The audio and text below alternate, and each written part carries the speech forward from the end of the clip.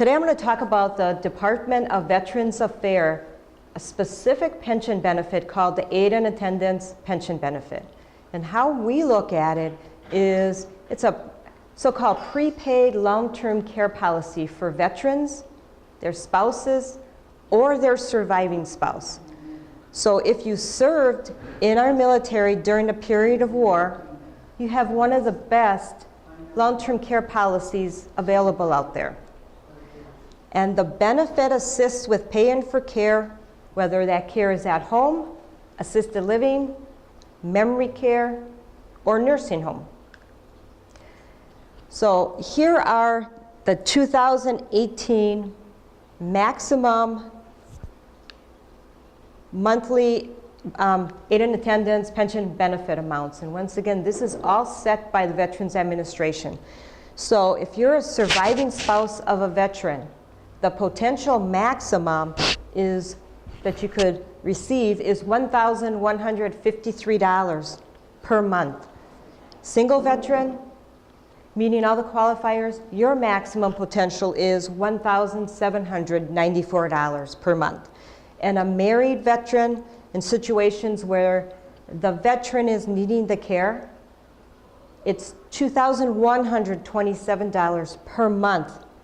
And these benefits are paid directly to the claimant or the applicant on a monthly basis, and it's all tax-free.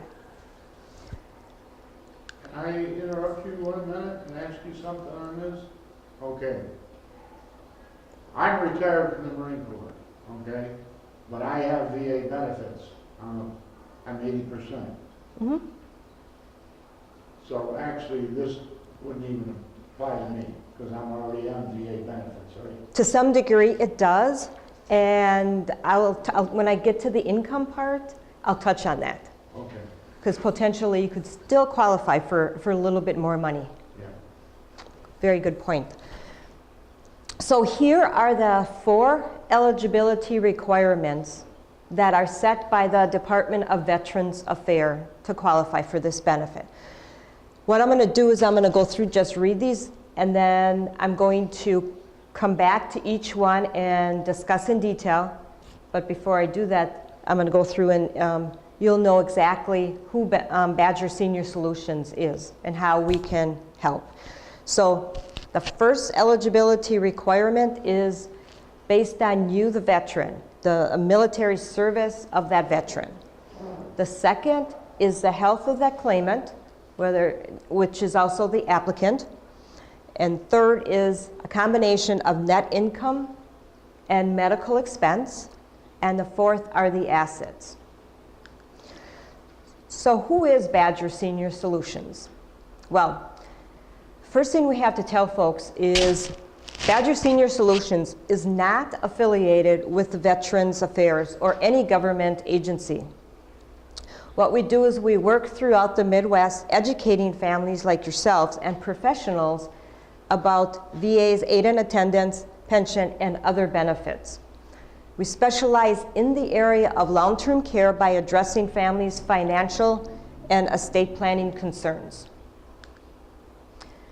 We work with a dedicated team of professionals. So we align ourselves with elder law attorneys, accredited claims agents, CPAs, and financial planners. And the reason we do that is we want to be able to help determine eligibility and qualification requirements. And we stay totally up to date on any changes that the VA makes with this benefit. Here's what we found. We've been doing this for nearly 10 years with assisting folks with getting money from this specific benefit. And we found that more than 80% of families that we've educated already meet the VA's criteria and are ready to apply. We also have found that other families could become eligible for this benefit by following some certain financial and estate planning strategies. So what we do in cases like that is we design plans specific to the family's unique situation. And what we look at is a number of variables. Number of variables are considered in our planning. That includes your income, the care expenses, taxes, Medicaid, and of course, the aid and attendance pension benefit. We, as Badger Senior Solutions, we're compensated by the financial institutions rather than by whoever your family chooses to place the business with. We absolutely are not entitled to any part of your claimant's reward. That's between you and the VA. So we assist with all of this up front, and your money then, once you're approved, comes directly from the VA and is deposited directly into your savings or checking account, just like Social Security gets deposited. So once again, I'm going to go through the 4 eligibility requirements in detail. Veterans military service record, the health of the claimant, net income after medical expenses, and assets. And if you're married, it's a combined asset with your spouse. So let's touch on a military service qualifier.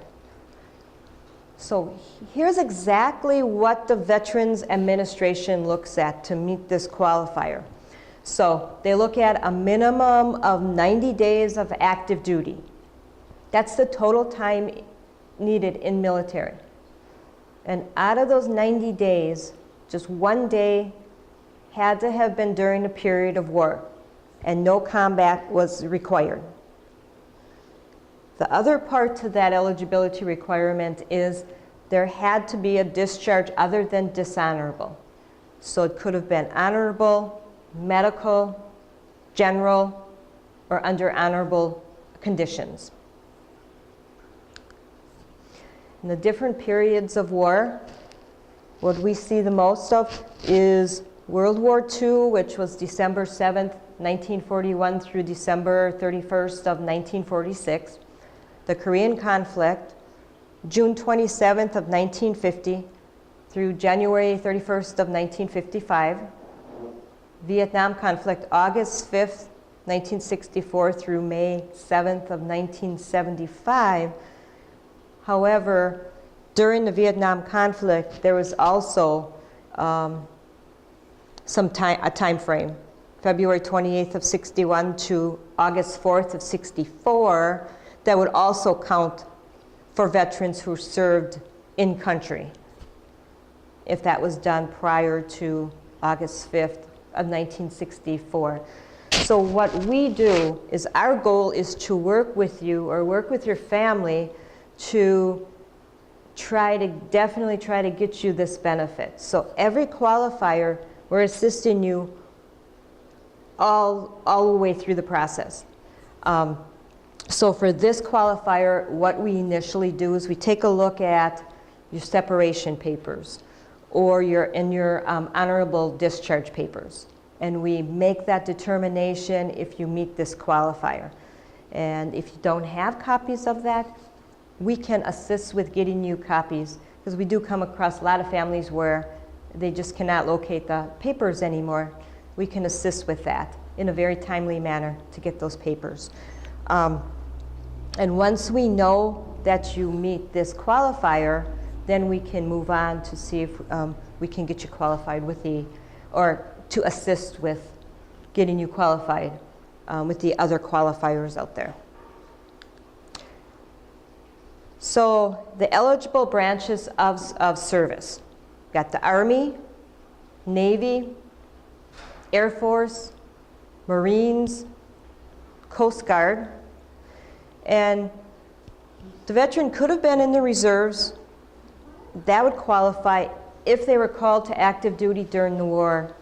And same thing with National Guard, if called to duty during the war.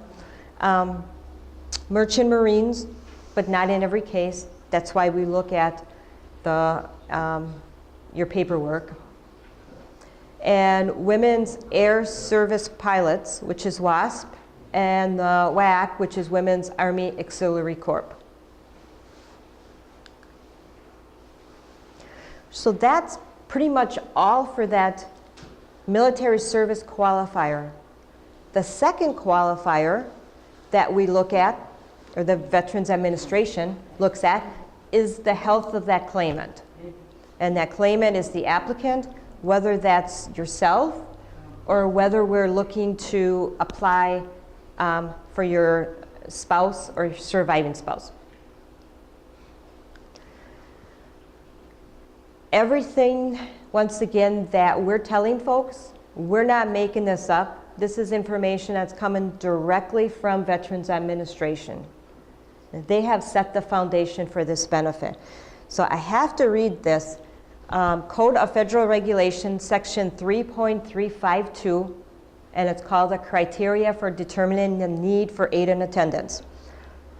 And here's what it states. It's the inability of claimant to dress or undress him or herself, or to keep him or herself ordinary, clean, and presentable, loss of coordination of upper extremities, inability to attend to the wants of nature, or incapacity, physical or mental, which requires care or assistance on a regular basis to protect the claimant from hazards or dangers incidental to his or her daily health.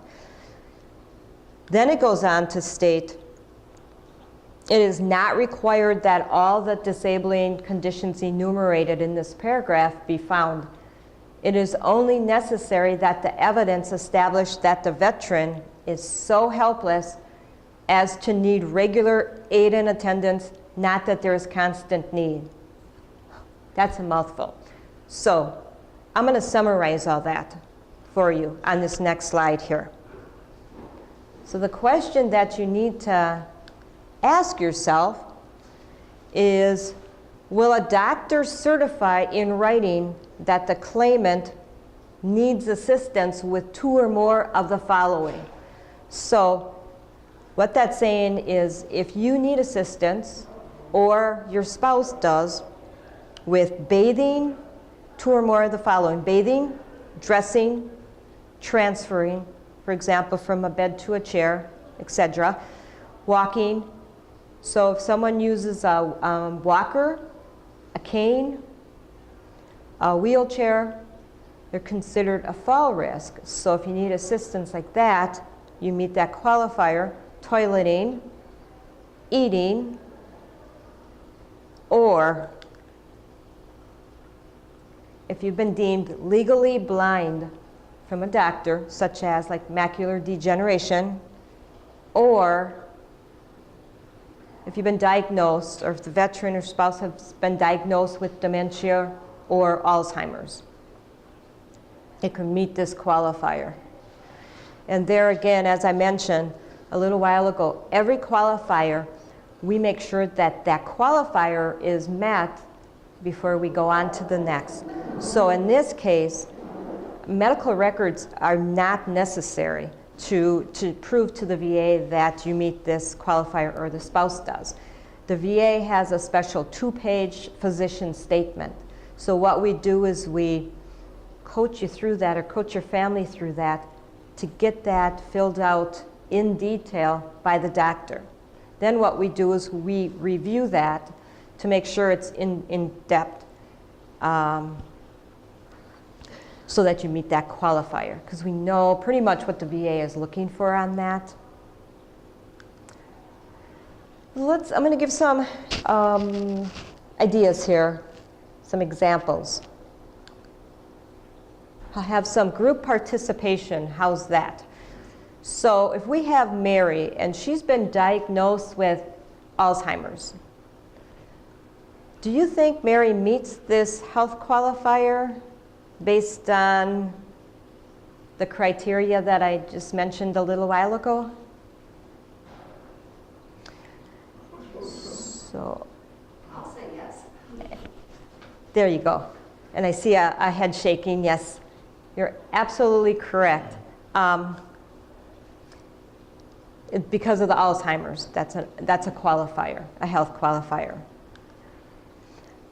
So then if we have Ray, and Ray needs assistance with bathing and dressing. Yep. Very good. You're all correct. The answer is yes, because Ray's needing assistance with 2 of the activities of daily living, the bathing and dressing. And then we have Ted. Ted has macular degeneration and is legally blind. That's our, yes? Yes, you're absolutely correct. He meets this health qualifier due to being legally blind. And then the last example is there's Jack, and he needs medication management and meal preparation. What are your thoughts about Jack? Would he meet that qualifier? So you're partially correct, and here's why. It could be yes, it could be no. So what happens is when the physician fills out that physician statement, and he just marks, he or she marks on there that there's assistant needing for medication management and meal preparation, and if it's not in detail, the VA can come back and say, and a very good chance that the VA is going to come back and question why. Why does Jack need this medication management? Is it due to forgetfulness, that he just forgets to take his medication? Or is it due to maybe Jack's got arthritis and cannot open his pill box or the pill bottles? And then meal preparation, chances are they're going to come back and question, but why does he need meal preparation? Is it due to, is he a diabetic and just needs assistance to make sure he gets those 3 square meals? Or is he going through depression and just doesn't feel like eating? So the key to this, and that's why we're there to coach you through that, to make sure it's properly filled out or in-depth filled out, is the key to this is that why has got to be answered on that. Is it due to the diabetes or depression or whatever the health condition is? So we make sure of that before you ever submit that to the VA. So far I touched on 2 of the 4 eligibility requirements, military service and the health of the claimant. So the third one is, it's a combination of income and medical expense. And I'm going to go through and show you exactly what the VA looks at, what income, and what they consider a medical expense. So what they do is they have this formula they use. And what they do is they take your total income, monthly income, total income minus your monthly allowable expenses. And that they get what is called a net income. And the VA calls that IVAP, income for VA purposes. So when we're working with folks, we're looking at the exact same thing the VA is looking at. And once again, IVAP stands for income for VA purposes. Does that include yourself or individual? It's pretty much going to be both, and I'll show you that. So let's take a look at an example for this IVAP, for this calculation. So let's just say your monthly income is $1,400. So you have $1,400 coming in, and you have $3,000 per month going out, whether that's assisted living or home care. I'll go through medical expenses. So what they do is they subtract the medical expenses from the income.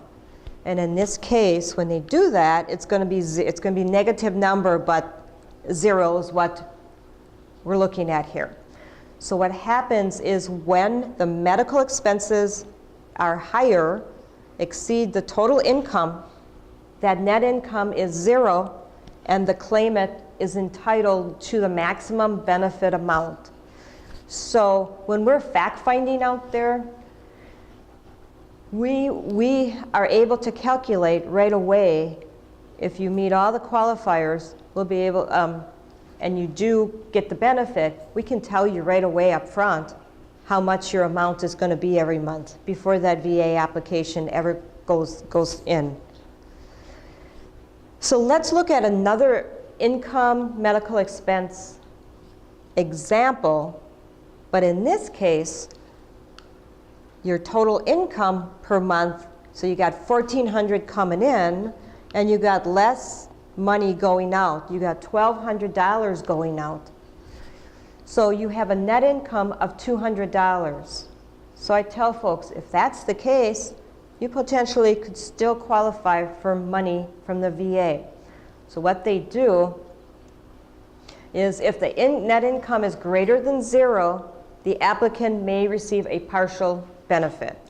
So the monthly income, the monthly payment is approximately the maximum benefit minus the net income. So in this example, a maximum benefit for a surviving spouse per month is $1,153. And then if you subtract this net income, this person could still qualify for $953 per month. So here's what the Veterans Administration looks at as far as total income. They pretty much are taking in account pretty much all income sources. So Social Security, if it's a husband and wife, yes, they take in both. They add in both.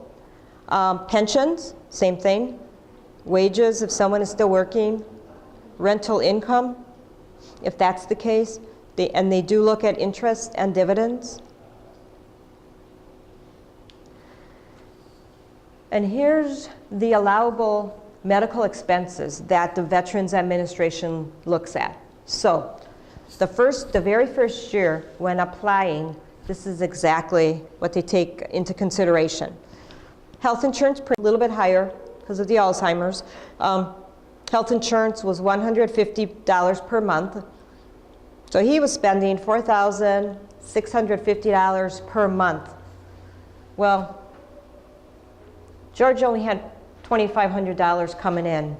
So he had a shortfall every month of $2,150 per month. So there again, we sat down, we did all the fact finding. George moved into assisted living. He applied for the aid and attendance VA pension.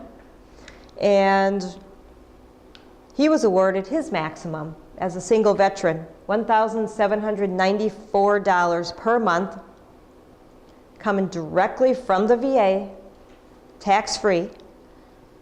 Well, that totals $21,528 per year of tax-free money that he was now able to get to help pay for his costs of care.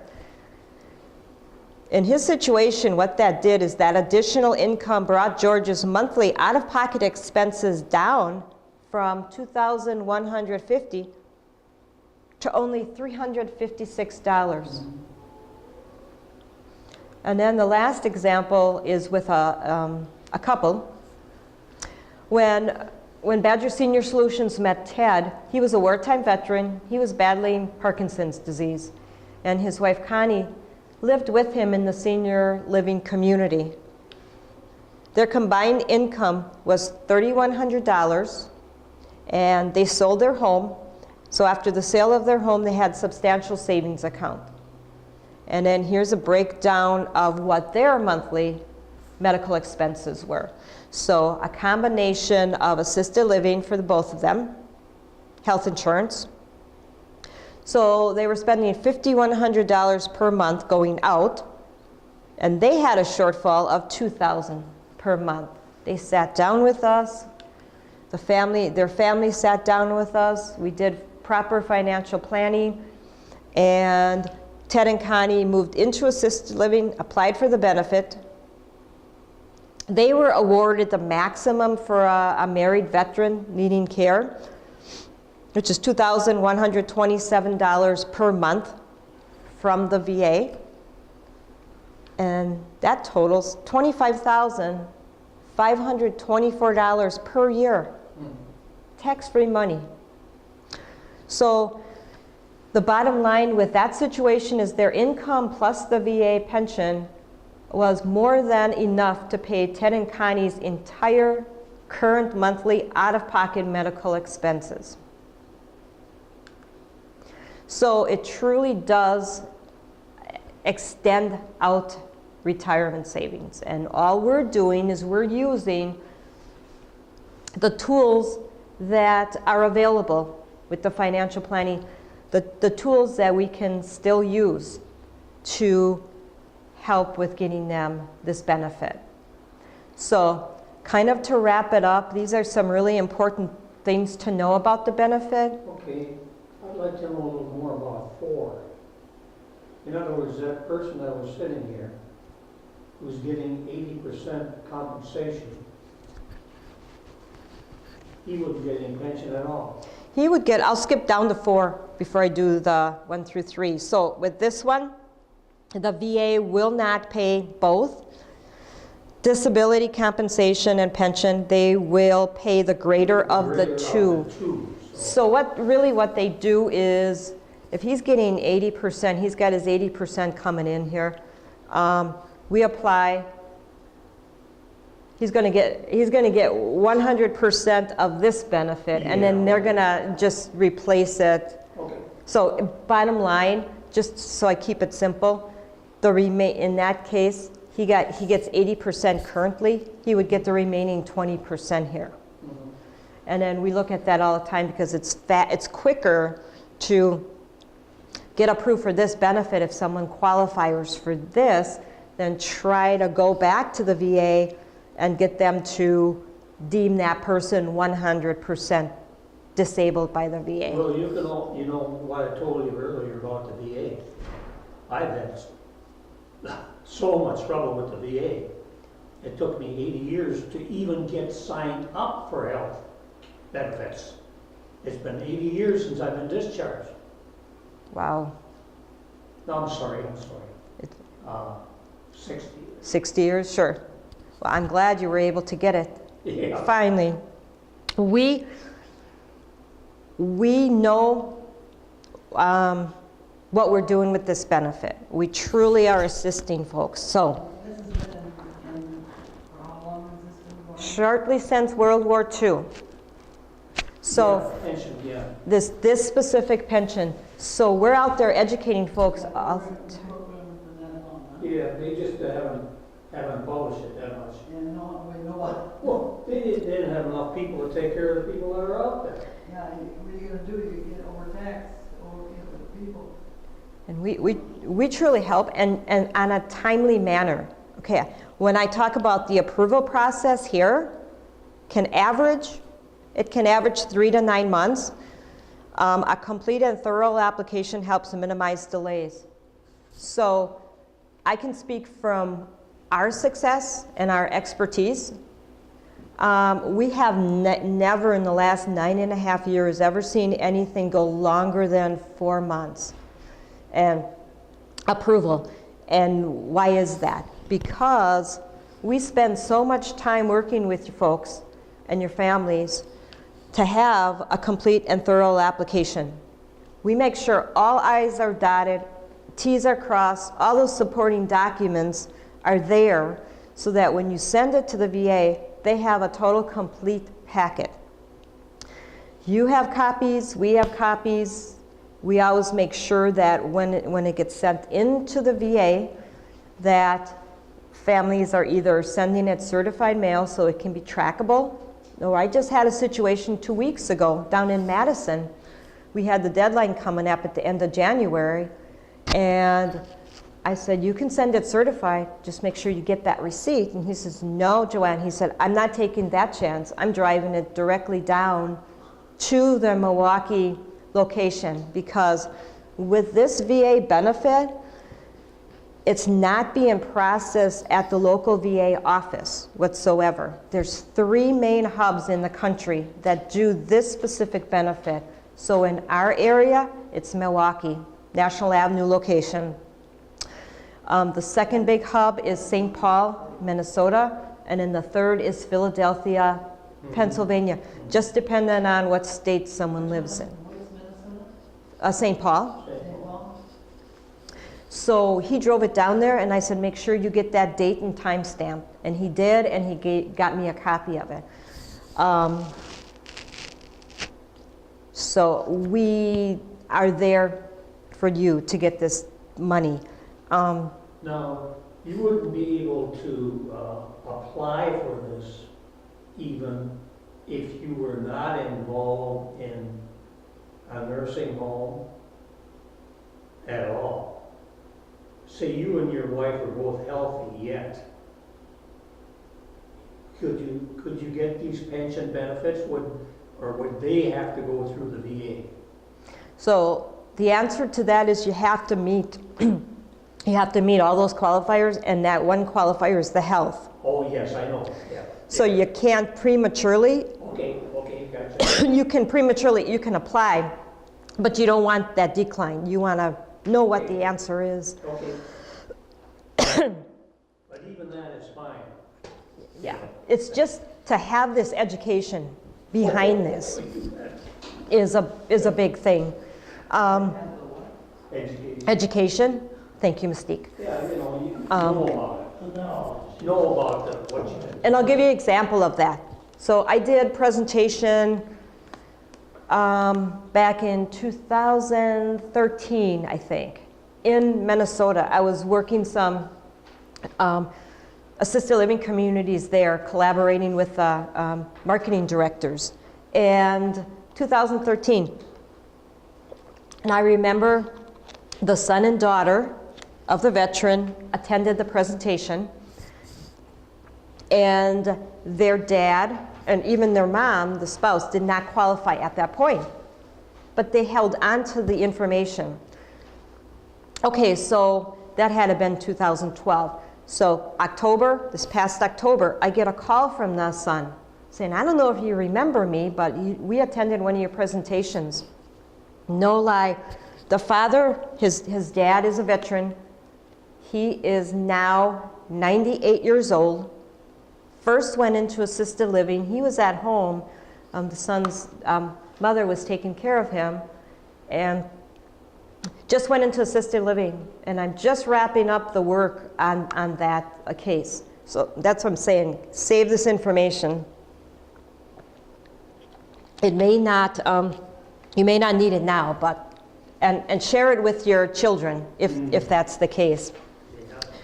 Number 2 up here, benefits are paid retroactive to the first of the month after an application is received by the VA. So, an example. We applied, let's say, the application was received at the VA on September 30th. And the benefits, what would happen is once it's approved, the application, the VA would put an effective date of October 1st on.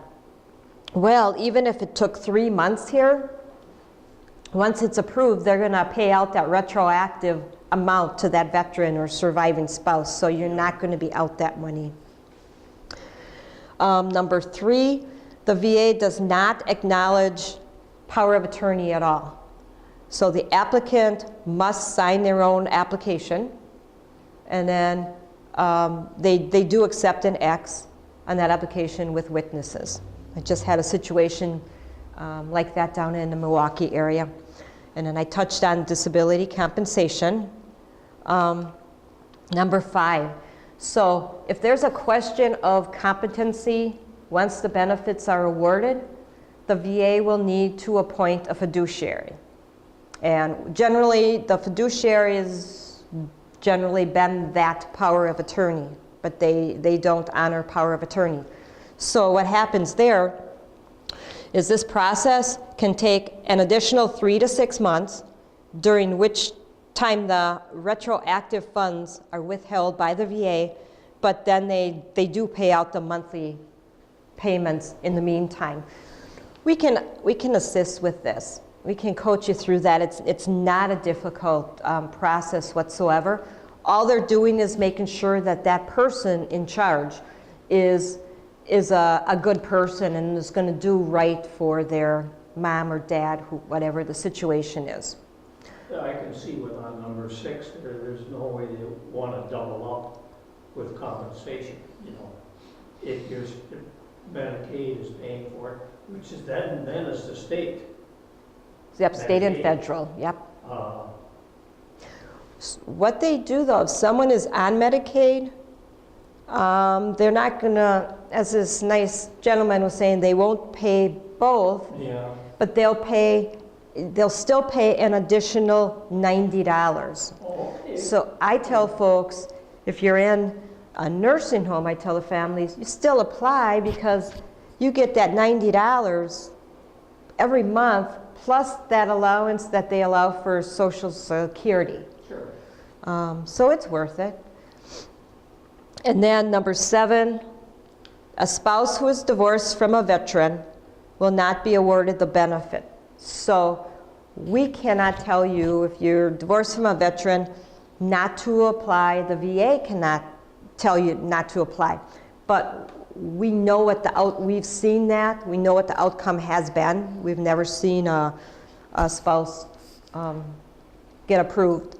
But if that spouse remarried a non-veteran, so if a spouse was married to a veteran, for example, and then that veteran passed away and she got remarried, but she remarried a non-veteran, unfortunately, it's going to go off of her current spouse's record. Yeah. So I've had that situation too, where we didn't apply. We knew that up front. That's why we do all the fact finding. So we're not, like I said, we're not wasting your time. Okay, so contacting Badger Senior Solutions. So really, here's what's needed to know when calling us is we tell folks up front, once again, we are not affiliated with the Department of Veterans Affairs or any government agency. But when you contact our office, you want to make sure that you have some basic information. Military service, just approximate military service dates, health conditions and care needs, and an estimate of income, expenses, and assets. And when contacting us, we will never ask for Social Security numbers or account numbers or nothing like that.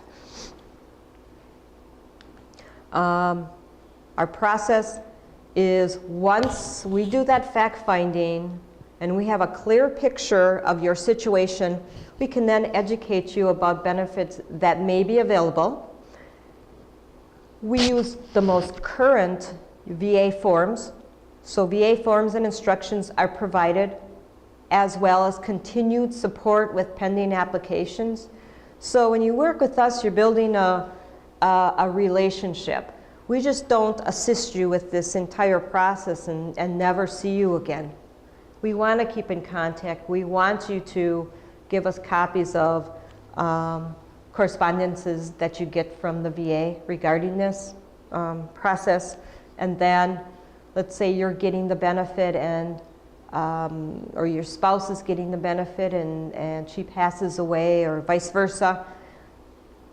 Let us know right away, and then we can give you the numbers that you need to call the VA to get this benefit stopped.